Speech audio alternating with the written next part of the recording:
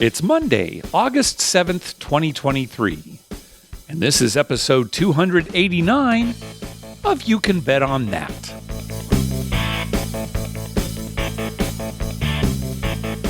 Hi, everybody. Welcome to You Can Bet on That, a podcast for the recreational gambler. I'm Mark Duvall. And I'm Dr. Mike. Hey, Mike. How are things going? Going pretty good, Mark. Yesterday, I bought my first bag of candy corn for the season. Oh, for the season. Good. Yes.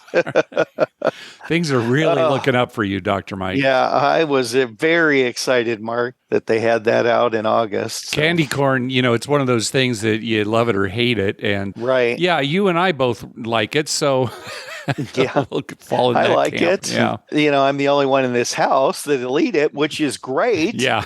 Because when I buy a bag, it's all mine. I can understand why people, because it's kind of dry and there's, it's not particularly sweet. I don't know. Yeah. It's mated with honey. So, if you don't like honey too, that's another thing. Lynn always says, I don't like honey. All right, well, let's jump into the show. So, quite a while ago, I'd say more than a year ago, we got an email from Drew who was asking if we could talk about casino chips and their denominations and their colors and their nicknames. And right on time. Yeah, when I got the email, I thought, this would be a good topic for our August 7th, 2023 episode. So, yeah, I've just been sitting on it for a while. But let's talk about casino chips, sometimes called casino checks. I think most players call them chips, but sometimes you'll hear some of the personnel refer to them as checks. So, checks, yeah. Like that. Let's start from the $1. Actually, there are certainly in the olden days, and I'm sure there are some casinos now, 25-cent chips and 50-cent chips. You don't see those as much, and certainly their colors are not going to be standard across different casinos.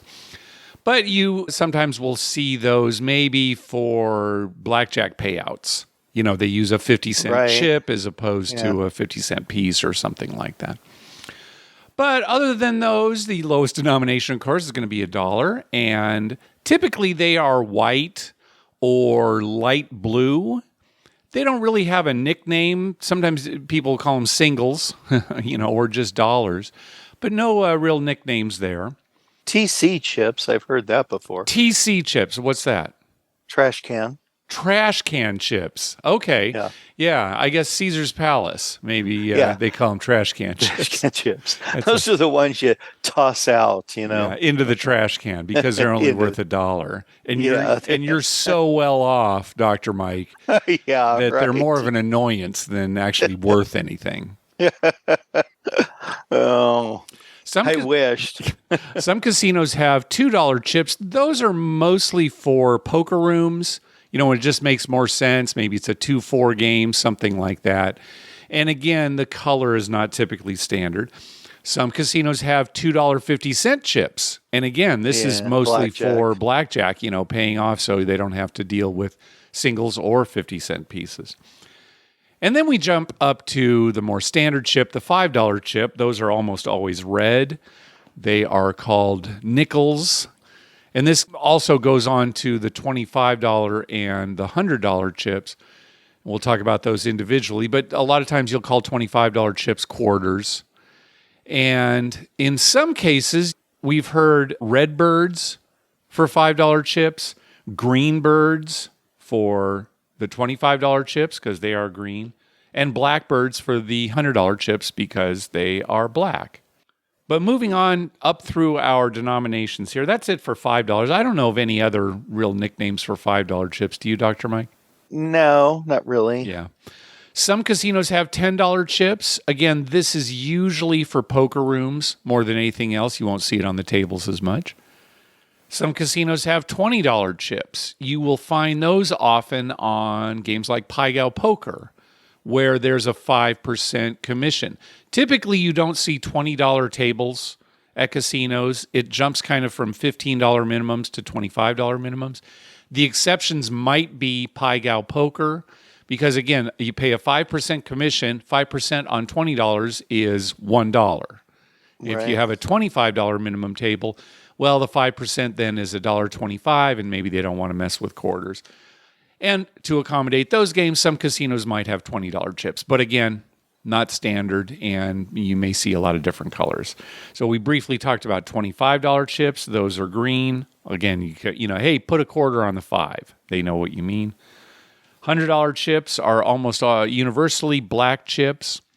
And although you may not call those a dollar, like 5s or nickels, 25s or quarters, you don't really call $100 chips a dollar because there are dollar chips on the table.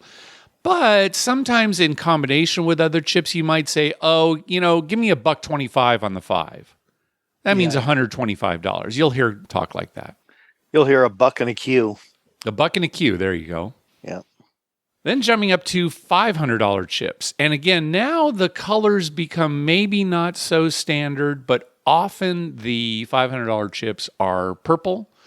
And I most frequently hear them just called purples. They can also be called Barneys because of the big purple dinosaur. And again, other colors. Mike, have you seen any other colors for 500 or any other nicknames?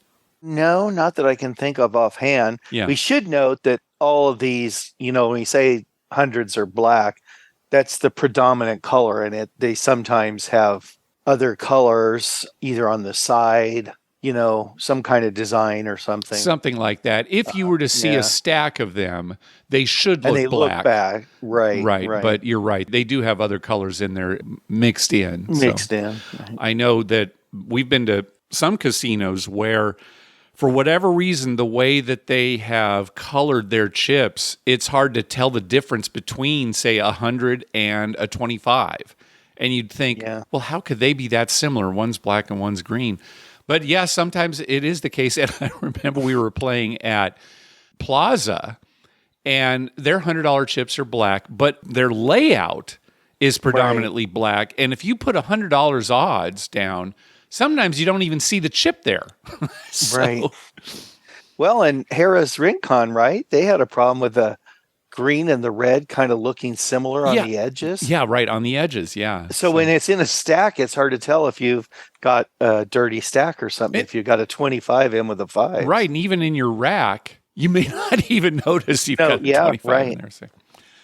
All right, moving up now to $1,000 chips. Often they are yellow, and you will hear them called bananas or canaries, or sometimes bees or bumblebees because of the yellow. Sometimes $1,000 chips are orange, and in that case, they're often called pumpkins. It's kind of a pumpkin orange color. It's not a bright orange. It's more of kind of that duller orange, so it looks like a pumpkin. And then $5,000 chips often are brown, and we call them chocolates. On cashing out, throw a chocolate in there. It's always nice to cash out with a $5,000 chip. And then, there are some higher denominations that, again, are not quite as standard.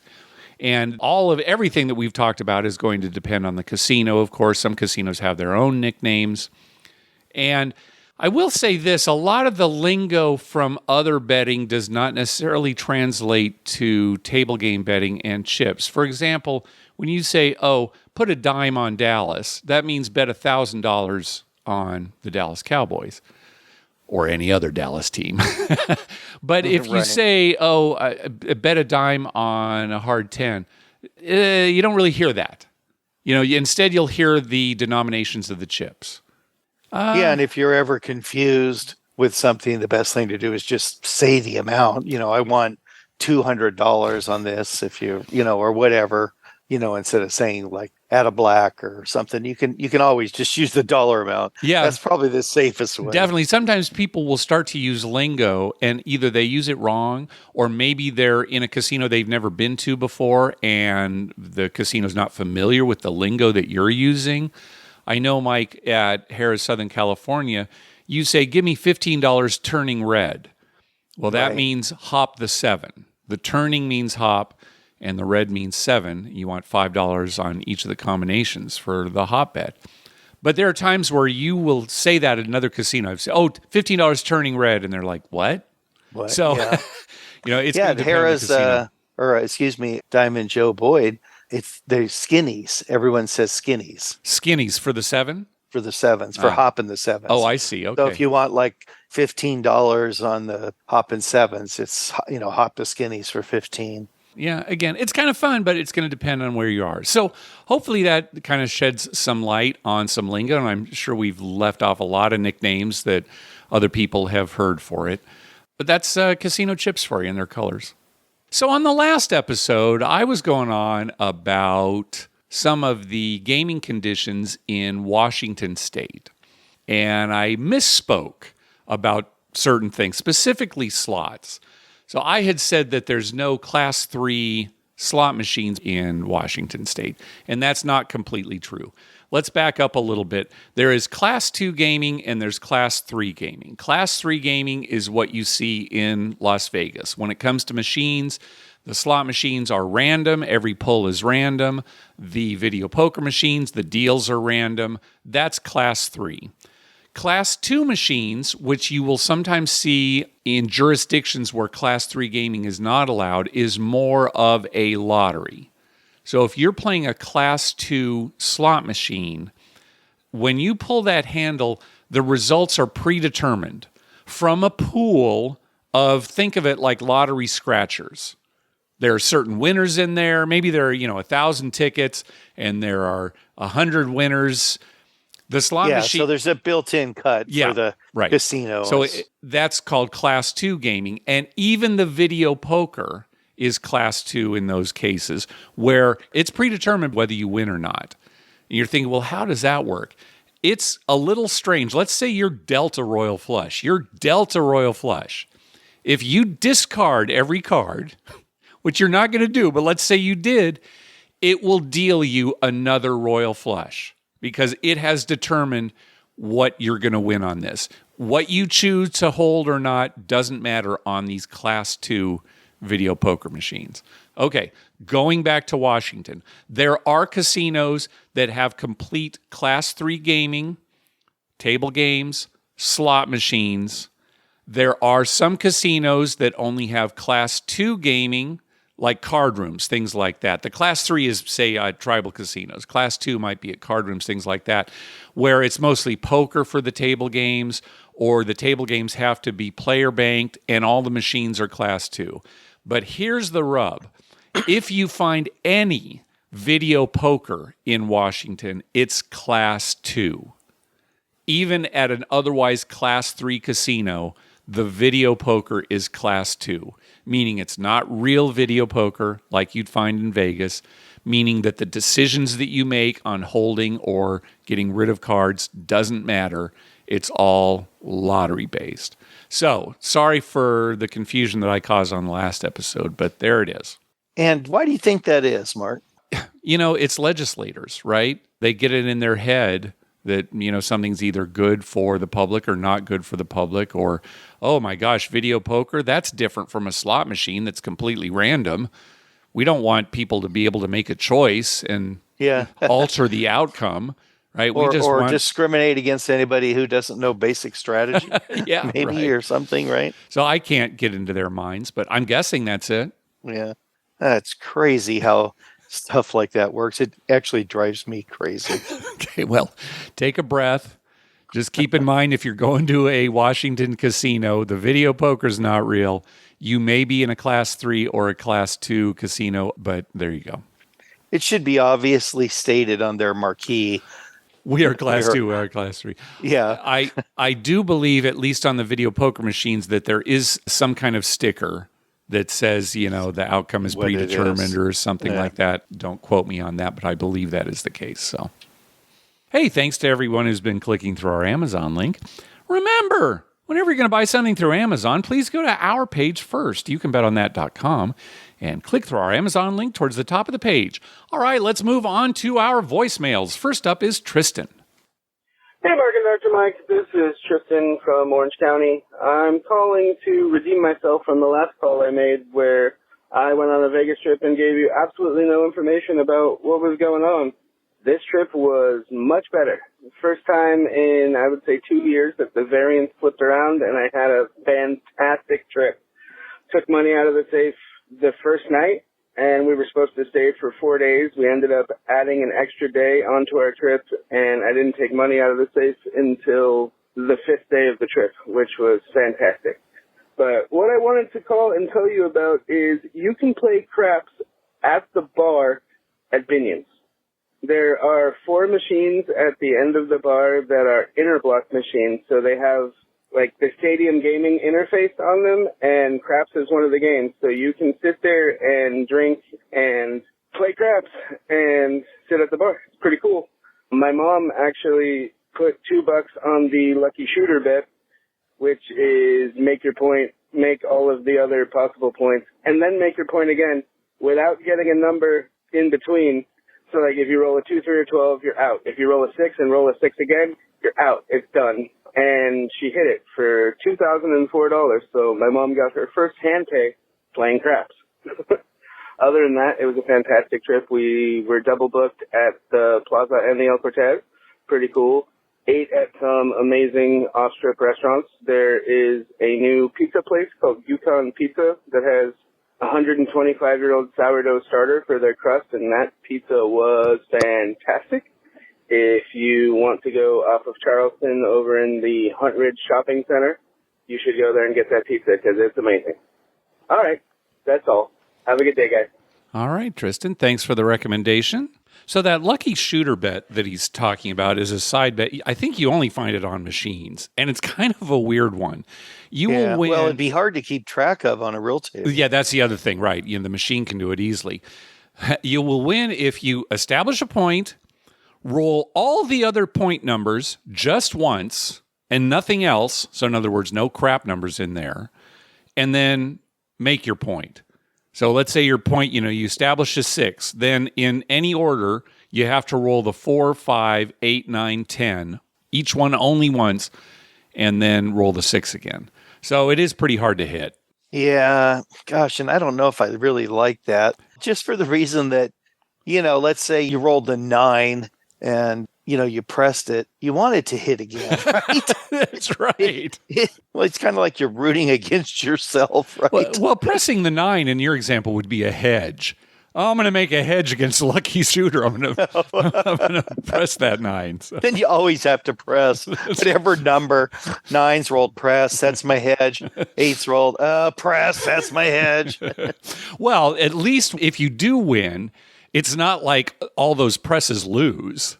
Right. It's not like a 7 out. So you still have that money up there. So as long as I wonder how that works. Do you have to, can you restart that immediately? Or is it? Yeah, you can restart it immediately because whenever a point is made, that bet is resolved. The win or loss, right? So you can make it again right away. Okay. Mike, have you ever put money in the safe that you never had to take out during the rest of the trip until you just went home? No, I don't think so. All right. I didn't think you had. I have a couple of times. It's a great feeling. You've got all that money still in the safe, and you just continue to play with that initial bank. I've had money left in the safe at the end that I didn't touch, but I've never not touched any of it. Oh, I see. Okay, so you didn't go through your entire bankroll, but you never had a trip where you were able to play on that initial. Yeah. Okay. You took out 1,000 out of your 5,000, and you never ever had to go back for the other 4. Yeah. Never had that. Never. All right. That's in your future, Dr. Mike. That's going to happen before the Royal. So. Yeah, I think that's almost a certainty, Mark. You can bet on that. All right. Next call. Hey, Mark and Dr. Mike. This is Jessica from Missouri, and sitting next to me is my daughter, Ember. Hello. We are headed to a home-based casino in Boonville, Missouri. So I think it's not the only casino between St. Louis and Kansas City, but we're headed out there for a night of blackjack. It's her first time. So fingers crossed that she's got beginner's luck, and we will give you a trip report when we're done. Great show, guys. Enjoy it so much. Thanks. All right. We're going to hear from Jessica and Amber later in the show, see how they did. Yeah, I wonder if she's 21 or 2 or something, maybe. Probably, something like that. Gonna see how that goes. So this will be the litmus test for, do beginners have good luck? All right, we're going to find out. I don't know if you can use that with blackjack since it's a stupid game. Yeah, I don't either, Dr. Mike. Let's hear from our good friend Marty. Hey, Mark and Dr. Mike, Marty from Reno. God, it's been a while, guys. Hey, a couple things. First of all, the question on the Cromwell 100 times odds.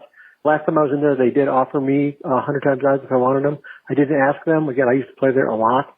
They probably, when they kind of swiped my card, looked up in the computer, said, hey, this is the guy who used to play here a lot, 100 times odds. And so again, it's on. I would just ask for it if you're interested in that. The other thing, last time I called, I talked about a new hotel casino here in Reno called Legends Bay. Well, it ended up being kind of a bust. I mean, it's a beautiful property, great steakhouse, great live music, no games at all. I mean, the craps game, I tried it Friday night, Saturday night, 6 o'clock, 8 o'clock, 10 o'clock, midnight, never a game going on. And now they've replaced most of the casino management there. I think they're struggling a little bit. A lot of the guys who went there from the other downtown casinos are now back at the downtown casinos. Pretty tough one there. So anyway, too bad for them because it's a nice property. There's another property that opened up here in the last couple of months. The Sands downtown on West 4th Street used to be kind of like the worst casino in all of Reno. A company called Jacobs Entertainment bought it up, built a second tower, gutted the first tower, redid it, and rebranded as the J Resort with the Neon Line, which is an outdoor concert venue and event space. So really beautiful place. In fact, it's probably too nice for Reno. It looks a lot like the Cosmopolitan inside. Lots of games going on there. Again, they've got their first pit open. It's about a dozen games, craps, roulette, carnival games, face-up play golf. Anyway, pretty sweet place. Again, we're liking it more and more. Great Italian steakhouse there, which I've never been to an Italian steakhouse before, but it's really great. So pretty sweet. And again, good craps game, 3, 4, 5. It's kind of a smaller table. One of those tables is probably no more than about 6 on an end. So a nice environment there. So anyway, love the show, guys. We'll talk soon. All right. Thanks, Marty. J Resort. Thanks, Marty. Sounds nice. Yeah.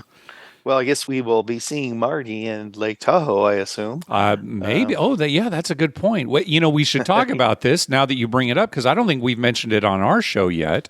Dr. Mike and I are going to be going to Zorkfest in October. This year it is in Lake Tahoe, and very much looking forward to that. Love the Lake Tahoe area and love the casinos up there. That is going to be October 13th through the 15th. I'll put a link in the show notes to Zorkfest too, so people can check it out. And if you haven't bought tickets, go. But, it's just a big event put on by Michael Traeger and crew for travelers, points and miles, casino gaming, that kind of thing. A lot of different panels and events. So definitely check it out. But yeah, Dr. Mike and I, we're going to be there. Yeah, even if you're, not into the points and miles and you don't travel a lot, still kind of fun to go because a lot of people will be there. And, a lot of people we haven't seen in a while and good friends and maybe meet for the first time. Right. And, they'll be playing and stuff. Plus, Lake Tahoe. It's a pretty nice place to visit. Yeah, it's very nice up there. Well, it's too bad about Legends Bay Casino. Hopefully things will turn around for them. And then thanks, Marty, on the 100 times odds at Cromwell. It sounds like if you're maybe diamond and above or you're throwing around some money, just ask if they'll let you take 100 times odds, and maybe they just make a phone call and say, yeah, go ahead. So it's not completely gone from the Cromwell. That's good news. All right, next call. Hey, guys, it's Scott in Florida. I had a couple quick stories for you. I was on a cruise ship, and the craps tables were cold the entire trip. I was a little frustrated after losing about $200 in a session, so I went over to the $15 blackjack table and plopped down $100. I was dealt an 18, and the lady next to me had a soft 15, and the dealer had a 7 showing. The lady with the soft 15 said she was standing, and I bit my tongue, determined not to be that guy who yelled at people for doing the wrong thing. The dealer didn't say anything either. So she stood, and the dealer turns over a 2, giving him a 9. He then drew a 5, and I bit my tongue again. Then the dealer busted, so we both won, and I said to her, see, you did the right thing. And she was so tickled with herself, she gave me a high five. I just smiled and nodded.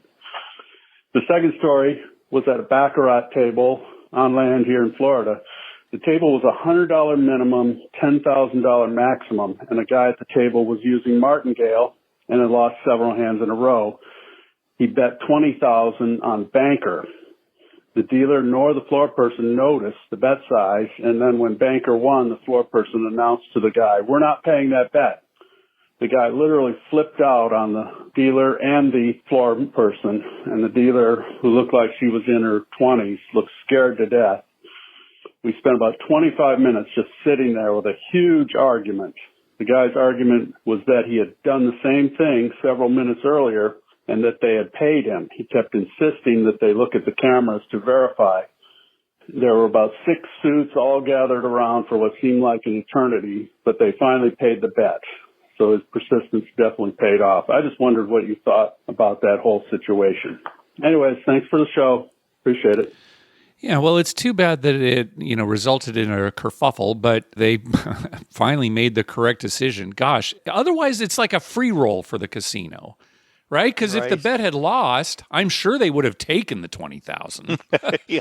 Right? Oh, sir, the limit's only $5,000. Let me give you this $15,000 back. Well, see, okay, now there is some precedent for that. At Diamond Joe Worth, for example. Right. If you put they check your odds. Yeah, they check your odds. If you put too much behind for odds, they check that, win or lose. They're very consistent about it.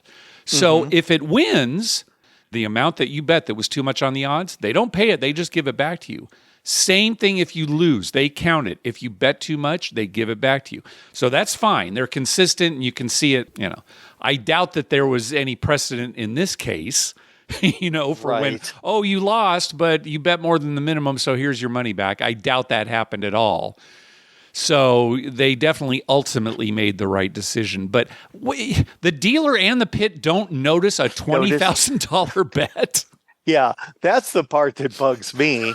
I was thinking, that seems like that would be something that you would be like, okay, $20,000 bet. Yeah, they're so blasé. They said it was like a martingale that he was using. They're so blasé about $5,000 bets, $10,000 bets, that when $20,000 goes out, nobody notices. Yeah. Anyway, I'll tell you ultimately something. A happy ending. Who's the bigger idiot, the casino or him for using the martingale system on? That's right. That's a toss-up, Mike. I don't know who I can give the crown to in that case. I mean, he's violated the two most important rules. Number one, martingale only for sure works if you've got unlimited amount of money. Right. And also only works if the casino has an infinity upper limit, because once you reach their upper limit of their bets, you're kind of screwed on that. Yeah, and he'd gone above the limit, the official limit here. So he was in some trouble with this martingale. That's when the dealer should just real quietly just step up and say, "Sir, let me explain to you why you're an idiot." No disrespect. Yeah, right? Not intended, but... Well, Scott, thanks for telling us the story about the woman who made a terrible move in blackjack, and it helped you, because usually you just hear the stories about, oh my gosh, she didn't hit and the dealer made 21. So again, it doesn't matter in the long run what other people do at the table. So I'm glad that you both won and that she was tickled at being complimented by you. So very good. If that happens once, that's the way I look at it. Like, oh, well, they're not experienced and they don't know, and good thing it worked out or whatever. But, it is frustrating when you're at a table and a person consistently is making bad mistakes. Yeah, if it gets to you, either play at another table or just try not to look over that way. Just look straight ahead and, You put your hands over your eyes, la, la, la, la, la. That's right, the whole time. Sir, I'm just waiting till the dealer turns over his card. I'm not doing anything wrong. I just don't want to see what's happening. I'm not touching you. And craps, you just put your head down on the table in defeat. Right. And then you ask your buddy, either Mark or Dr. Mike, just tell me what the role is. Yeah, just tell it to me when you see it. All right. Next call. Hey, Mark and Dr. Mike, Brandon out here in Salt Lake City. Well, I have officially gambled in another country, not here in North America, and not just anywhere in Europe, but in Slovenia. That's right. My wife and I were over there on a week-long trip exploring that country, and I found myself at a small casino in the town of Bled, which is a little tourist town kind of on the western side of Slovenia. Not much to report on the casino, to be honest. Kind of Spartan. There was a blackjack table that was open. The other table games that they had were Ultimate Texas Hold'em and 3-card poker. They did have a couple of roulette tables, but none were open when I was there. They had electronic roulette, and they had a few slot machines, kind of reminding me of some slot machines you might find at a bar in Montana, where you can pick 5 or 6 different games and choose whichever one you want to gamble with. And I think they had 1 or 2 buffalo slots as well. One interesting thing at this casino was when you walk in, they take your ID, whether it's your U.S. driver's license or your passport, and they put you into a database and take your picture before they turn you loose into the casino. That was the only odd thing. But otherwise, I just thought it was pretty cool to find a casino in essentially Eastern Europe. And we were talking to a friend of ours who lives there, and she said that the Slovenians actually enjoy gambling. She said there were quite a few casinos scattered throughout the country. So if any of your listeners decide to find their way over there, it's a beautiful country, and you won't hurt for gambling over there. So anyway, that's all I got for you, boys. Thank you for everything, and take care. We'll see you. All right. Thank you, Brandon. Boy, I'm pretty sure that's our first report from Slovenia. Yeah, I think so. Nice. It's probably the reason they take your picture and look at your passport and whatever is there's probably different gambling laws for residents versus tourists. It could be, but you're jumping to a conclusion there pretty quickly. I mean, you might be right. A lot of Europe. A lot of places do have that. Yeah, they have things where so that the locals and whatever can't get into gambling issues, they limit their access to the casinos. Yeah, but it doesn't sound like that's the case. He said that their friend said that everybody loves gambling there, and there are plenty of casinos. So it's probably something else. Yeah, maybe. Boy, it's kind of disheartening that they've got American roulette at a casino in Europe. Like it's advertised. Oh, we've got American roulette here. Oh. So, anyway, beware if you go to Casinò Bled, you're going to have 00 on the roulette table. All right. Thanks again, Brandon. Great report. All right. Let's hear from our good friend, Melanie. Hey, Mark. Hey, Dr. Mike. This is Melanie from Colorado. I have a very exciting news. I went to Bally's Casino in Blackhawk, Colorado today with my friend Deanna, and we found a $5 craps table with 100 times odds. I'm not even kidding.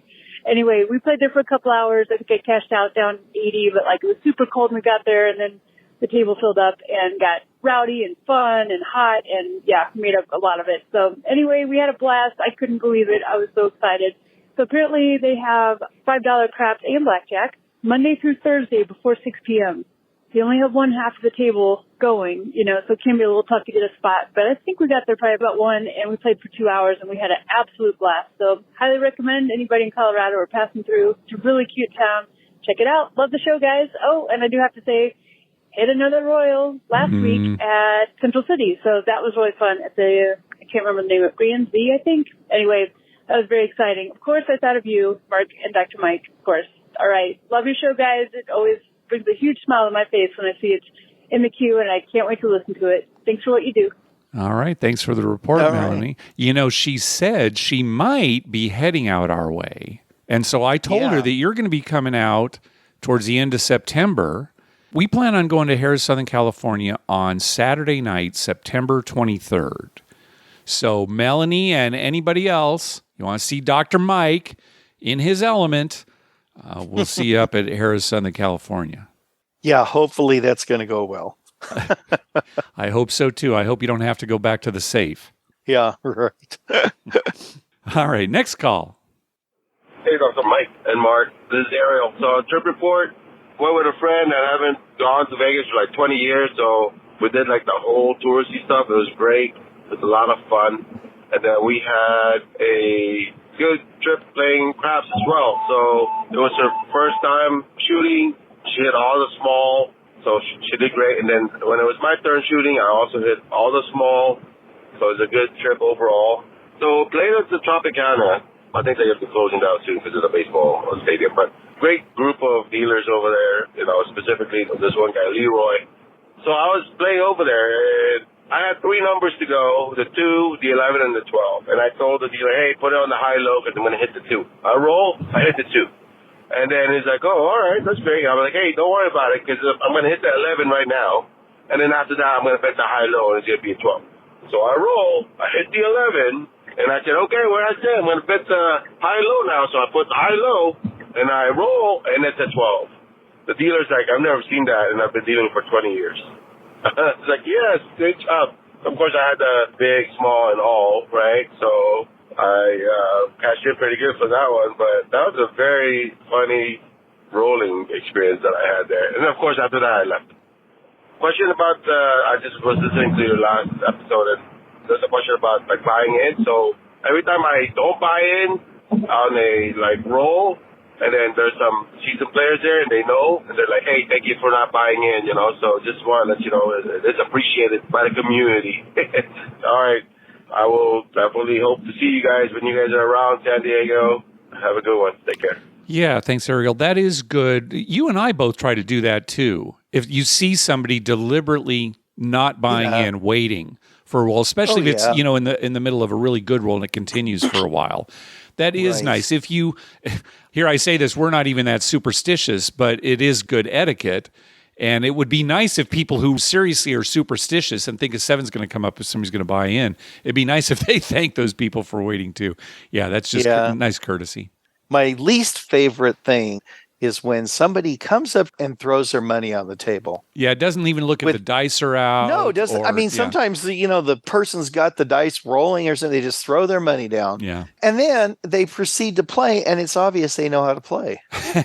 Yeah. That's what really... Now, if I see the guy who buys in and then he doesn't really know what he's doing, I think, okay, well, cut him some slack. He's not a craps player. I think people who don't know the game are probably less likely to sort of casually throw money out there. Right. Yeah, they're usually shy about it. Yeah. Every once in a while, you'll get somebody who just... Or this how you play, or they've seen it on TV, or maybe they've had a few too many. Right. Yeah, the few too many happens a few too many times. All right. Let's find out what happened with Jessica and Amber. Hey, Mark and Dr. Mike, it's Jessica and Amber. And we got through our blackjack session. Did pretty good. Amber actually took away, how much did you take away? $200. $200. So bought in for 200, walked away with 200. I call that a win. So we were at Isla Capri. I don't think I told you that when I called Isla Capri in Boonville. Yeah, it's fun. All the people are really awesome. Have a good time with them. Great crowd. Anyway, thanks again. Enjoy your show. Bye. All right. So a break-even trip. Well, that's success, I think. Yeah. Yeah, well, and it's a fun, little outing. I'm sure they had some drinks and enjoyed themselves, so that's definitely a win. We say sort of half jokingly that the worst thing you can do the first time you gamble is win. And there is a certain amount of truth to that. What about breaking even as your first time? You think maybe that's better? Yeah, you're less likely to think, hey, this is easy. I think breaking even is better. Now, if you had a really, really good time and you broke even, that might, be like, wow, I can go there and have a great time. And it doesn't cost me anything. Okay. That doesn't always happen. But so what you're saying, Dr. Mike, is the ideal situation for the first time is to lose a ton of money and have a bad time otherwise as well. Right. And then you're just so depressed, you're never even going to think about going to a casino again. All right. So that's what we recommend to our new players. Hope you do bad and you just hate it. All right. Next call. Hi, Mark. Hi, Dr. Mike. My name is Frank, and I'm from the SF Bay Area. I started listening to your show back in October-ish, and I've been listening ever since. It's my first time calling. You guys have a great show. Keep up the good work. Now, you might recall back in May, I sent you guys a karma donation because my brother and I were going to head up to Lake Tahoe. Unfortunately, we had to cancel the trip for a number of reasons, one being the heavy snowfall, late spring snowfall, that surprisingly showed up, and we all know that driving on Highway 50 in the snow is enough of a gamble itself. But I did want to make up to you guys because I sent you guys another donation when I went up to Reno back in July. I got to go to two places. One is the newest casino there, the Legends Bay Casino. It's in the Legends Shopping Center in the city of Sparks. Pretty small. From the entrance, you can see virtually the whole place with just one panoramic view, but it's nice in there, Seem to have a good loyalty program, a small number of tables, but, good enough for, I guess, what it's worth. And I guess pretty loose slots because I put $20 in a machine and came out with $400. So, I'll be going there soon. And another place I went to is the Row, which is three Caesars properties, El Dorado, Silver Legacy, and Circus Circus. And I've been visiting there ever since I was a young boy. So it's very nostalgic for me. And they have a stadium gaming setup toward the back entrance where they have a baccarat thing. And baccarat's my personal favorite table game. And I went and played that. And I was surprised to find out it was commission free. I've noticed commission-free baccarat is really starting to pop up in a lot of places. Because here in California, that's basically the only baccarat you can find at the card rooms and at the travel casinos. But it had an interesting rule where if the bank hand had a free card 6, it's not a push, but it pays 1 to 2. So you get your bet back plus half. And I thought that was pretty interesting. And I did really well there. I won over $600. So your karma donation really helped me out. Well, my karma donation to you. So I thank you guys for giving me good karma. And I was wondering if you guys see any non-commission baccarat floating up by you guys, because I feel like it's slowly starting to gain a lot of traction. Probably because, less commissions paying out and easier for the dealers, I guess. I don't know. Thanks for the show. I love it. Keep up the good work. I hope to talk to you guys soon. All right. Yeah. Thanks, Frank. Thanks. Yeah. If you're talking about a squeeze game or in the high limit, the baccarat is pretty traditional with the commission for the banker bets. But yeah, we see a lot of no commission baccarat sort of in the regular casino area, the lower limits. Yeah, there's usually some kind of rule where if the banker ends up with a certain total, certain number of cards, it's a push. This is the first we've heard of a payout of 1 to 2 for something. So in other words, you had a $10 bet and this situation comes up. I think, what did he say? A banker 3 card 6. So yeah, a $10 bet, you get paid $5. That's interesting. So that's kind of the way that they get around the commission there. Well, you don't push, so it seems more attractive. That is right? that is a little bit better. And of course, on a lot of these no commission games, for those certain hands that are a push, there's a side bet that you can make. That if that comes up, it's a hedge. And of course, people love side bets. So yes, again, aside from the serious baccarat tables that you might find in high limit rooms, we're seeing it quite a bit. Yeah, the no commission. And yeah, it's a faster game for the casino, right? They don't have to keep track. They don't have to collect from the players. Yeah. Yeah. All right. Next up is Beth. Hi, Mark and Dr. Mike. This is Beth calling from Michigan. I've been migrating my way from blackjack to craps over the last couple months and really enjoying your show. I wanted to give a trip report from the Spokane, Washington area. I was taking a drive around Lake Coeur d'Alene and stopped in at the Coeur d'Alene Casino first. Kind of disappointing, no live table games and pretty smoky with not a lot of action.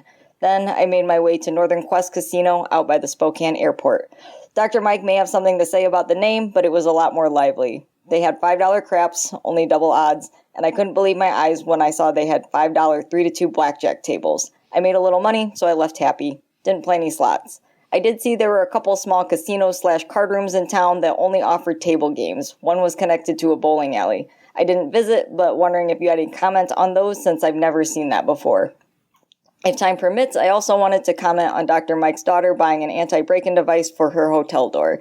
As a woman who travels for work, there's something to be said for the convenience of a purpose-built device, but you can also further secure your hotel door with common household items like belts, towels, or coat hangers. You can just Google it. I would say the biggest thing is to trust your gut. If you don't feel safe, it's worth any extra money you might have to spend to find a place you do feel safe. Anyway, love the show. Thank you. Bye. All right. Thanks, Beth.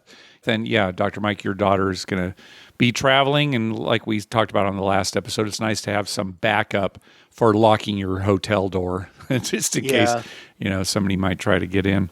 Well, and she made a good point. It's worth paying extra. Like if you're in a hotel that's in an area maybe where you don't feel safe, it's worth paying extra to get a hotel or a place in an area where you do feel safer. Yeah. Right? We make so many of our decisions on life based on money. And, you can't take any of it with you. So spend the extra $100 and get a nicer place. Yep. Sometimes you spend money on safety and or peace of mind. Nothing wrong with that. Yeah. No.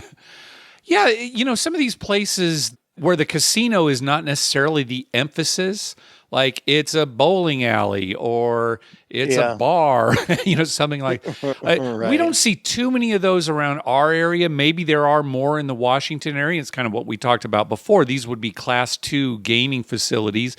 And if you do see places like that with a bowling, it's usually a poker room more than anything else. So I'm going to tell you a funny story here. It reminded me of when you said that about places that are not really gambling places, but they have some gambling. And then there's places that are gambling places that discourage entertainment, like Diamond Joe Worth. Mark, they had on Saturday nights, well, they still have on Saturday nights some music, live music. Sometimes it's 5 or 6 people. Sometimes it's one person up there singing. Yeah. And they're not headline talent or anything. It's in nowhere, Iowa. Yeah. But there's one couple of guys that perform there once a month, maybe one Saturday night a month. Mm-hmm. And Mark, it is the worst show. I have never seen anything that bad. 2 guys, each playing a guitar poorly. The one guy sings, and it's just terrible. It's almost like it's, one of those, let's go on America's Got Talent and do a really job so everyone gets a laugh out of this. Uh-huh. But it's meant to be entertainment. So you can hear this no matter where you are in the casino. No matter where you are in the casino. Okay, it's at the bar. They have a little stage behind the bar. Yeah. And they perform there, and they turn it up loud. Yeah. Yeah, you can hear it everywhere. Yeah. And the dealers all love it. They're all like, oh, it should be busy tonight. We got a big draw. And, they're making jokes about them. One dealer told me he was considering going out and buying a bunch of earplugs and then just on his break standing around the bar there selling them. He said, I probably sell earplugs. I probably make a few $100s a night. Well, Mike, if you're able to, see if you can record them. Yeah, I'll try that one time if I'm there and they're playing. I'll tell you the funny part is, Mark, think of it from the casino's perspective. Get out there on the tables. Don't stand so close to the bar and just hang out. Oh, there you go. It's so terrible. It's so awful. They're getting people out to the machines and the table away from the bar. Right. Go find yourself a real loud buffalo machine. All right. Sit there. Yeah. Crazy like a fox, the casino is. Right. Hey, hey. All right. Last call. Hi, Mark and Dr. Mike. This is Dave calling from Maryland, just outside Washington, D.C. Actually on my way back from a trip in Atlantic City with Craig and Kyle from Due for a Win. They're 2 good friends of mine. Oh, nice. I'm actually calling about a recent experience I had at the Horseshoe Casino in Baltimore. We were playing blackjack there with a bunch of friends of mine, and I had a blackjack, and the dealer, who was very, very elderly, paid out my blackjack, but apparently forgot to take the cards. He then proceeded to work through the rest of the people in the hand, and then as he was going to clean up the cards, he came back to my hand and saw my cards still there, and I had taken my winnings and left my bets up, and he looks at me and says, "I'm not paying you." And I say, "Excuse me?"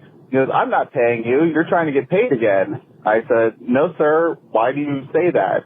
He had forgotten to take the cards and apparently thought I somehow was trying to get paid a second time for my blackjack. He then instructed me that I was supposed to take down my bet after I pulled my winnings back, and I told him I never do that, and no one ever does that in blackjack. You always just leave your bet out there. And he got very hostile, and I actually said, if you want, you can call the pit over, and I'd be happy to explain this to him. And then he got very defensive and said he didn't want to do that. I was just wondering if you had ever seen or come across a situation like this, how you might handle it. I am really not sure he should be dealing, because he was perhaps the slowest dealer I've ever had in blackjack, and yeah, would just love to hear your thoughts. Thanks so much for your podcast. I love listening to it, and keep up the good work. All right. Thanks, Dave. Yeah, that's not a thing. What's his name? Kenneth? We've got, here's a dealer at Harris named Kenneth. We'll just leave it at that. Yeah, that's not a thing where you have to take your whole bet down when they pay off your winning. Yeah, this dealer just made a mistake and was trying to blame it on you, Dave. Yeah, he was having a bad day. Well, I always carry a bunch of blackjacks around in my pocket. And after I get a blackjack, I get paid on it. You take my cards and I slap another one down.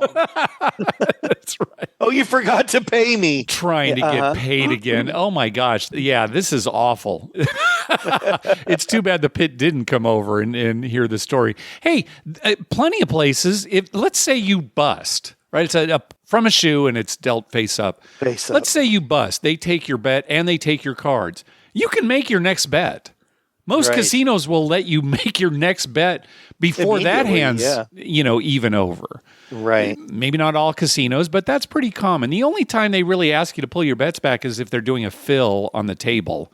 A lot of times they want all the chips out of the circles just, so they can count up their... So nothing gets confused. Right. Yeah. But no, this dealer just made a mistake and was trying to blame it on somebody else. So that's pretty funny.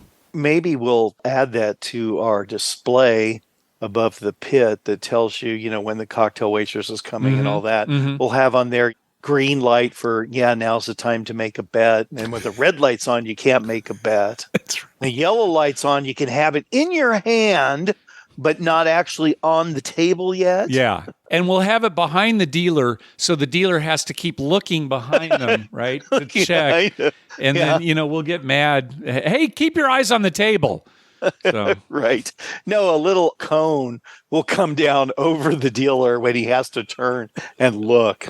It's like the cone of silence. Like the cone of silence. It'll be the cone of safety, though, for the chip. So it comes down. Dealer, it's okay to turn. The cone of safety. I think the cone of safety is going to come down over the entire table, not the players, but the entire table.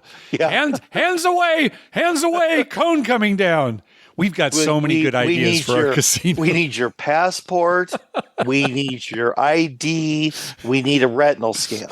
Once we have all that, you may play 3-2 blackjack for $5. Welcome to Mark and Dr. Mike's Casino. Behave. Yeah. I'd like it if we had a casino and it was all kind of like Get Smart themed. Get Smart themed. Yeah, from the 60s, a show most of our listeners haven't even seen. They should. I agree, Dr. Mike. All right. Well, that's going to do it for this episode. We want to thank some people for some recurring donations. Jeremy at the Color Up YouTube channel, James, and Kurt. Thank you very much for those recurring donations. We also got a donation from Adam F., placing a 2-way karma donation for my upcoming August 4th through 11th Vegas trip. Looking forward to bourbon, blackjacks, and avoiding Big Red. Thank you for the most entertaining gambling show out there today. Well, thank you very much, Adam. You're on that trip right now as we record this. So hopefully you're having some good luck there. We also got a donation from podcast favorite John B., heading to Vegas for 360 Vegas Vacation 12, hoping to see some old friends and make new ones. Oh, yeah, sounds like that was another great event that the folks over at the 360 Vegas podcast put on. And we also got a donation from our good friend Ed O'Connor. He said, this will be my final season for the 33 pool. Oh, yeah, he puts that on I imagine that it is a lot of work. He has to draw names every week and keep track of all the money and everything. Yeah, it's a bit of work, and that's why we don't do it. Yeah. Right, exactly. Hoping to have a fun and exciting season. You guys are one of the few that never had a hit. Yeah, we know that. Wishing you good luck this season. Well, thanks again, Ed, for all your hard work. Yeah, and I hope we do win a little something from that pool finally. I think Ed should just lock our money up. That's gone. That's true. No need to even bother to send us results, Ed. We know what they are.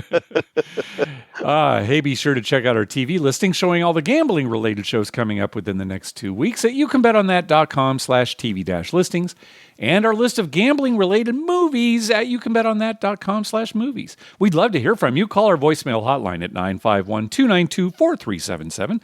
That's 9512-WAGERS. 9512-WAGERS. Or you can email us at youcanbetonThat@gmail.com.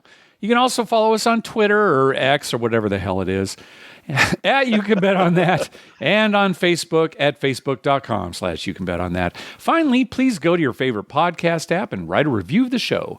We love getting your feedback. What do you got for us, Dr. Mike?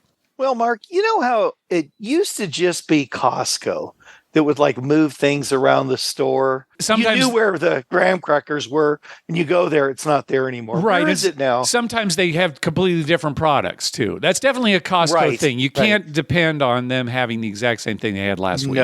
Nope. And you can't depend on them. If you see something at Costco that you want, you better buy it then. Yeah, good advice. Because you can come back 3 days later and they don't have it anymore. And you ask about it. And, oh, well, I don't know. We may never get that back again.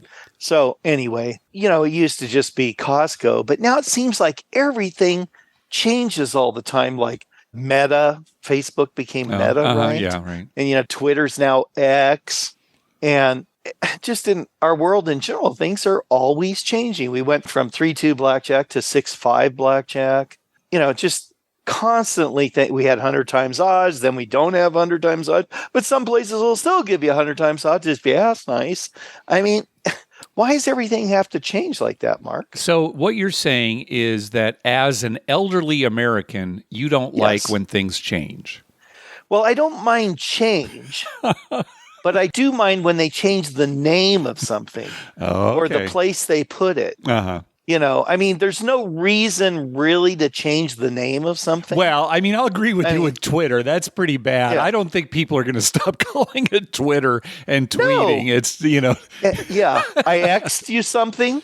You what? I X'd you something.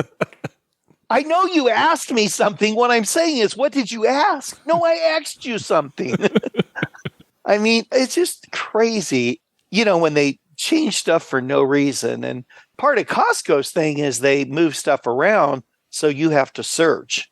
And that way you'll see other stuff. You'll see more stuff. And like any good Costco shopper, you're going to end up buying way more than you intended to when you walked in. Yeah. There is not a human being on this planet who has gone into a Costco and only bought what they wanted or even bought less than they wanted. No, it's always, you buy more. Because you're walking down the aisle and it's like, how am I not going to buy those peanut butter filled pretzels? Yeah, exactly. I mean, we might have 2 jars of them at home, but I'm here. I might as well get another one. Well, brace yourself, Dr. Mike, because change is a-coming. Change is a-coming. Are we going to change the name of the podcast? I'm thinking about it. Yeah. I'm just going to change it to Stern. It's just going to be Stern because I'm looking at this video game console I got in front of me. It says Stern. So why not? Have you heard that new Stern podcast? What's it about? What's it about? Oh, it's recreational gambling. And are they stern? Are the hosts real stern? Not particularly. There's nothing stern about it. Stern must stand for something like stupid, tumultuous, ugly. All right. It's Stern with an E, but I appreciate your effort. Oh, it's not an R. It's S-T-E-R-N. It's S-T-E-R-N. It's the name of a company. So anyway. All right. Oh, but that makes too much sense. Yeah, I think ours will have to be S-T-U-R-N. Stern. Yeah, it makes more sense. All right. Thanks for listening. Yeah. Good night.